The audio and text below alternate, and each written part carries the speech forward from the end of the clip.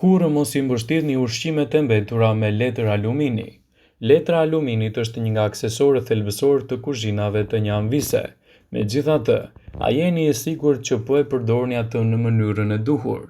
Nëse jeni nga ata njerëz që ushqeheni edhe e mbështellni ushqimin e mbetur me letër alumini për ta ruajtur në frigorifer, atëherë me siguri duhet të ndryshoni zakonin tuaj.